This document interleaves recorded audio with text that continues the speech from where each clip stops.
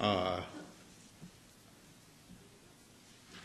had a real little bit of a challenge finding, when you're doing a sermon on hell, it's particularly hard to find good hymns in a universalist hymnal.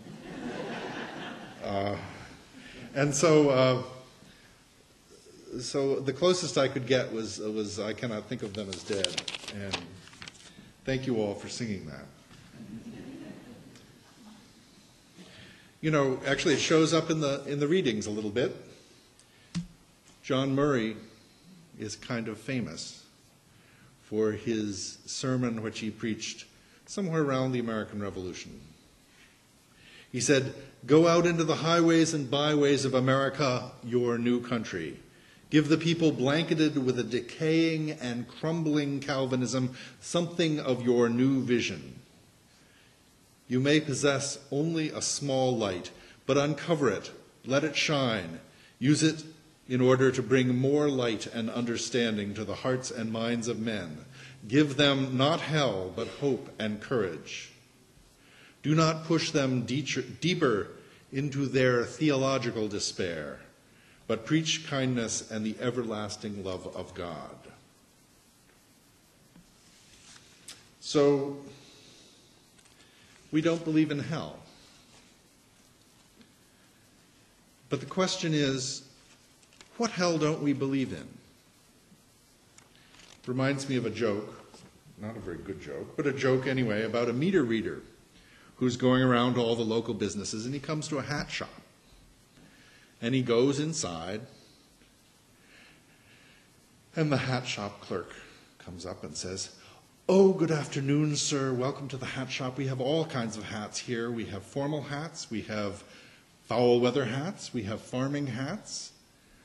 And the meter reader says, No, I don't want a hat." And the clerk is somewhat aback, and he says, "Well, what type of hat do you not want?" So today we're going to talk about hell. I have my handbasket full of little things that I've garnered from a course that I took back in seminary. Professor Holger Zellentine, who was from the Richard Dinner Center for Jewish Studies, did a short history of hell. And this and this and this. That's the levels of hell, in case anybody's interested in it. Were all some of the books that we used to study hell in various different cultures. So I thought I'd start out by asking you all, what word comes to mind when you hear the word hell? Okay. That's a good cue. Other words? Fire. Fire. This is one of the more fascinating things. And actually the final paper that I did in the course was the use of fire in hell. Let's see, Jack, right? Anyway, sinners who was it? Sinners in the hand of an angry God, right? And the idea that you are a spider, a vile thing that God is holding over a pit of fire, right? That was the image that Jonathan Edwards gave a few decades before John Murray said, "Give them not hell but hope." That was what he was talking about. He was talking about that revival, which was very much hellfire and brimstone. And what's interesting is that as you look around the world, the hells in places that have a lot of firewood are the ones that have a lot of fire in them, which is kind of interesting. I think it's because, for example, in the Connecticut River Valley where he was preaching, there had been, as settlers moved into Native American lands, there had been wars. And one of the things in a war is you go and you burn down the village. And the Native Americans were usually very good. They rouse everybody, get them out of the village, and then they burn it down because they didn't want to hurt anybody. But nonetheless, having your village burned down in flames was hell in colonial America. So the use of fire may well be more of an American thing than a general purpose hell thing, because when people were writing sermons about hell, there was a lot of firewood lying around. What other words? What other words? The devil. Okay. And what's the devil's name?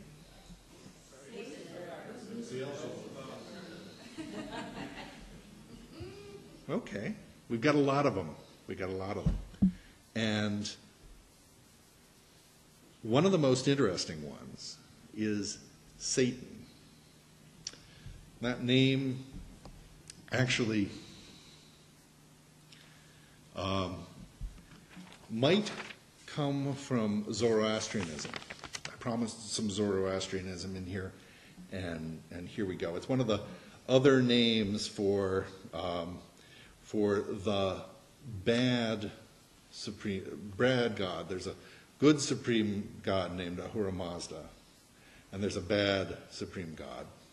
And they fight in the world, and people's souls go back and forth. But eventually, of course, the world will end in glory when Ahura Mazda defeats the bad god, who has many names, including something that can sound like shaitan, which is very interesting. The Arabic word is shaitan, I think, for Satan. So Satan's been around the block. He's done various different things, and interestingly enough, in the Hebrew Bible, he doesn't show up as a particularly bad guy. He shows up in the book of Job, right? Okay, look here. Where's Bud? Bud's hiding back here. Yep. Okay. Shows up in the book of Job as one of the folks having dinner with God one evening, when they say, "Well, what about this guy Job? What are we going to do about it? Can we do something about him?" Satan isn't obviously the supreme evil. The other traditions have Lucifer, for example. This is Dante's vision of hell. At the very bottom is Lucifer. So most people don't get to meet him. He just sort of hangs out at the bottom. Let's see. What other things associated with hell do we have? Pitchforks. Ooh, oh my goodness, I have a perfect story about pitchforks. I'm still in Zoroastrianism. Actually, Zoroastrianism is still a viable religion. It's mostly in India, and the Parsis are the group that practice Zoroastrianism today.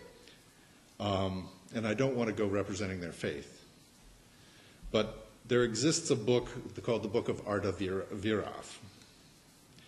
And in this book, it starts off with an explanation that Alexander the Great has come and captured the capital and destroyed the temple, killed many of the high priests, and burned the holy texts of the religion.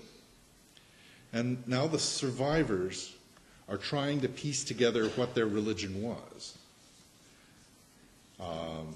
And the survivors are priests and magi, in case you'd heard that word magi before. It's the same word. They represent one of the learned classes of Zoroastrianism, or of Persian society. And they think they have it right, but they don't really know. And how do you find out whether you're doing religion right? You can wait generations and generations and see if you have no crops. That would be the simple thing. But what they did was they did the quicker thing, which was they sent somebody to go ask.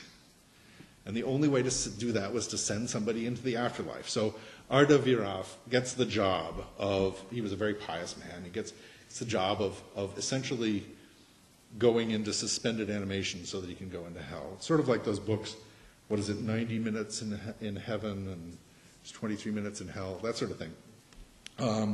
But this is sort of a planned trip. Anyway, he arrives in the afterlife, and there are these two angels who show up. One's called Piety and the other's called Angel. And they take him on a tour. First they take him to heaven, and then they take him to hell. And there's a couple of interesting things that he learns. One of the first things is that when someone dies, they spend 3 days, the spirit spends 3 days with the body and then goes off to heaven or hell. And they're accompanied by someone who sits next to them. In the story, it's a beautiful maiden who glows like bright light. And they just sit. And then that person guides them off to a bridge. And if you're good, the bridge is this gigantic wide thing. And you walk across to heaven. And if you are not so good, the bridge gets narrower and narrower until finally it's just this rickety thing over a big cavern, and there's high winds and everything else. And as you're going across it, you fall off the bridge and you go into hell, which is kind of different. Anyway, I don't know how he got to hell because he didn't fall off the bridge. But anyway, the tour guides take him down to hell, and there's about 100 chapters of punishments for misdeeds. And I really am not going to tell you many of those. I'm just going to sort of allude to a few of them, so this doesn't become too macabre a sermon. But one of the things is that they're really big on ironic punishments in the Zoroastrian religion. For example, there's a man who added a little bit of ashes to his bales of grain, to his bags of grain. And so for all eternity, he's made to eat ashes. There's a man who disowned his children. And so for all eternity, he's surrounded by screaming kids.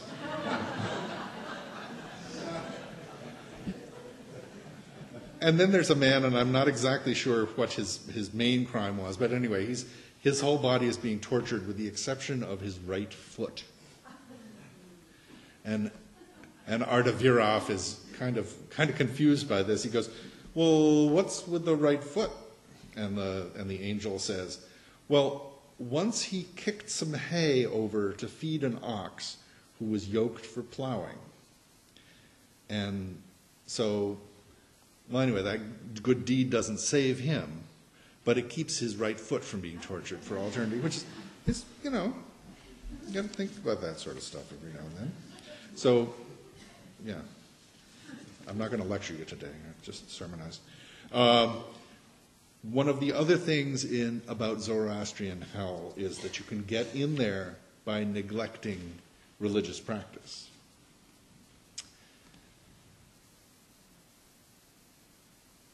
Now, one of the other things is that Persia doesn't have as much. I guess the Reeds area does have a lot of burnable stuff, but a lot of hell involved cooking or whatever, small fires, not the big fires. There are no big fires in Persian hell, and I think it's related to the local weather. So what else? What other ideas of hell do we have? Punishment. Okay, we talked about that here, but there's actually an interesting difference. Uh-oh. Let me just pull up a pile of these things. One of the earliest hells that we learn about is technically a Hades. Kind of hard to tell the difference between Hades and hells. But Homer in the Odyssey has a section where, Homer's this poet who wrote 2 long poems. He composed 2 long poems. One called the Iliad, which is about the Trojan War, and the other one's the Odyssey, which is about Odysseus' ship's journey back home after the Trojan War. And the Odysseus is having a terrible time getting home. He almost gets there, and the bad wind comes in, blows him far away. He just can't seem to get home. So he's looking for a soothsayer to tell him what's happening, what's going wrong. Unfortunately, this person has died. So the only way to go ask is to go into hell. And Homer has this long description of Odysseus making a sacrifice in a land far away that's full of shadows deep in the west. And as he's made the sacrifice, he sees shadows sort of come up, and the shadows of the dead. and they come up and take the sacrifice. And when they take the sacrifice, they actually they had been completely blasé and uninterested in anything, but once they've taken the sacrifice, they actually sort of come alive for a moment. And they'll actually chat with him. And he chats with his mother, which is nice. He chats with Achilles, who had died in the Trojan War. And he chats with the soothsayer. But what's interesting about this is that there's no judgment per se, and there's no torture per se. There's no punishment. It's just an afterlife. And that's very different from the Zoroastrian idea that the punishment fits the crime. It's just, this is the afterlife. There are people being punished there, actually. There are 3 people, and I'll tell you about 2 of them. One of them is Sisyphus, who has the job of rolling a rock up a hill, and then it rolls back down again. And there are a couple of things. One is that he seems to still have a body, which may mean that the gods got really angry at him in life and put him in hell, still alive.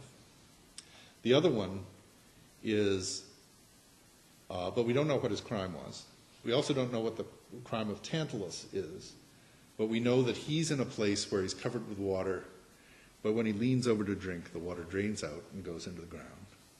And there's fruit overhead, but when he reaches up to grab the fruit gets blown away. So he never actually gets to eat or drink. And that's actually where the word tantalize comes from, which is kind of interesting. So those 3 are the only 3 that are getting punished for something, and we don't actually know what they're getting punished for. But the rest of Homer's hell has no punishment. On the other hand, when you get to somebody like Plato, Plato has this interesting hell that's a mixture of things. What happens is when you die, you come into this waiting room where you get judged. There was no judgment in Homer's hell. You get judged, and maybe you end up going through one of 2 doors on this side or one of 2 doors on that side. And let's see, the right hand is heaven and the left hand is hell, which is the sheep and goats thing from the Bible.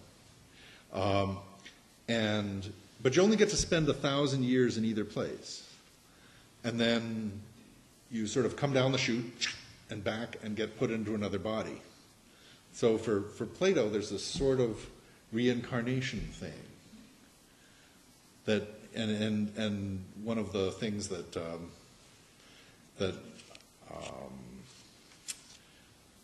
other Greek tragedy writers have talked about is how nasty the devils are in hell, because they don't tell you that you're going to get out of there until the last possible moment. It's like sort of, I don't know, some of you might have been in the army and had this similar experience.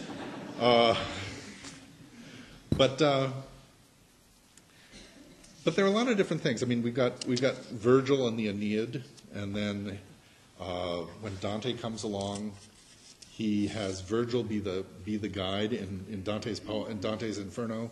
Virgil is the guide because he already knows what hell is like, so he comes and shows Dante what it's like. But of course, by then it's a Christian hell, so Virgil can't actually get off to heaven. He just has to go to sort of the gates of purgatory and then say goodbye, stay in hell for all eternity. But there are a couple of things. Oh, here we go. The sort of idea of a tour of hell is a big old thing. I mean, we got Artavirov going to hell. We got Virgil and Dante. And we got all these other stories of people going to hell. And so jokes today can use that prototype. It comes naturally into our minds when we hear a joke that says something like, so there's this president of a computer software company, and he's dying, and thanks to an unusual insurance policy that he bought a few years ago, he has the right to choose where he wants to go for the afterlife. And as he's dying, a very nice tour guide suddenly pops into his presence and says, come, let me show you the possibilities. So the first thing they do is they head to heaven. And of course, it's harp day in heaven. And so there's this bright sunshine and celestial choir about 5,000 people all singing and playing harps together. It's a nice music program, by the way. And then he goes down and shows him hell. And of course, there's a pit of liquid sulfur, and there's wailing and gnashing of teeth, all the usual stuff. And the software development company president goes, well, I think I've made a decision. And then the tour guide that says, wait, let me tell you something here. We've got this new place that we'd like to show you. We call it Hell 2. And it's technically hell, but it's a new wing that we're going to be opening up. So the president agrees, well, okay, I'll suspend judgment for a moment. And he goes, and it's like a wild discotheque, you know. There's people dancing, and there's an open bar, and there are attractive folks talking and whatever else. And he says, I can't believe it. This is fabulous. So he agrees that, okay, this is where I want to spend eternity. And a few weeks later, the president of the software development company dies, and he finds himself, poof, in a large room. There's music, but it's sort of skipping, and the lights are low. In fact, it doesn't much matter because there's so much smoke in the place that he can hardly see. And there's some people wandering around the dance floor, and there's no bartender. And after a couple of weeks, the tour guide comes by. He's showing somebody else, but this guy goes up and goes, hey, what do you mean? This place is not the place you showed me. And he says, oh, sir, this is the release version of Hell 2. What you were seeing was the demo version.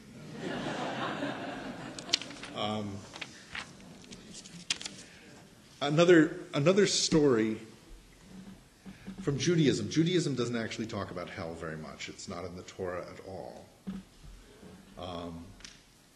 But stories, you know, people being people, they tell stories. And here's a story about a dying person who's bought an insurance policy that gets him to select his own afterlife. And actually, I made up the little intro because it's the same as the other one. But for him, he goes and sees hell first. And hell, everyone is seated at a wonderful banquet. There are wonderful fruit and everything else all over the place, wonderful cooked foods here and there, and music playing and wine set out on the table. But the people have no elbows, so they can't eat. They can't get to the wine to drink it. And they're starving to death. They're skeletons. Next, the person is taken to heaven, which is a room with a long table exactly the same as hell. But in heaven, those who are seated are feeding each other and having a delicious banquet and a wonderful time. And so, helping each other doesn't stop with death, according to this vision of heaven and hell. It is heaven or hell. Now, just one short thing, because you know that I'm somebody who's been an engineer once upon a time. I have some accurate information about whether heaven or hell is hotter. This is rather fascinating, but it turns out that in Isaiah there's this line that says, the light of the moon shall be like the light of the sun, and the light of the sun shall be 7 times the light of 7 days. So what that means is that hell receives about 50 times as much solar radiation as Earth does. And there's this marvelous equation called the Stefan Boltzmann fourth power radiation formula that says that the temperature of heaven has to be at least 798 degrees absolute. On the other hand, hell has to be cooler than that because we know that there are liquid seas of sulfur. And sulfur has a boiling point of only 440 degrees centigrade. So that's, if it was up as hot as heaven, then it would boil off. So we know that heaven is hotter than hell according to science. And some people think of science actually as being hell.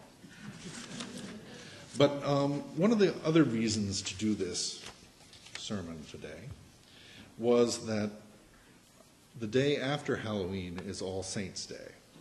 And when I was in New Orleans, there was a tradition that we held where we would go to the graveyard and clean the graves of our ancestors. And since the founder of the First Church, Unitarian Universalist of New Orleans, happened to be buried in one of the cemeteries, we went and cleaned his crypt and put fresh flowers in front. And people from all over the city were doing this particular ceremony. It was a wonderful way to remember those who had departed. It's something that fits with either the Choir Invisible or any other vision of an afterlife which you may have. Let me end with some words from John Lennon. Imagine there's no heaven. It's easy if you try. No hell below us. Above us, only sky. Imagine all the people living for today. And speaking of living for today, the sun has come back up again. Let us go out on the highways and the byways and let our light shine. Our closing hymn, appropriately enough, is number 331, Life is the Greatest Gift of All.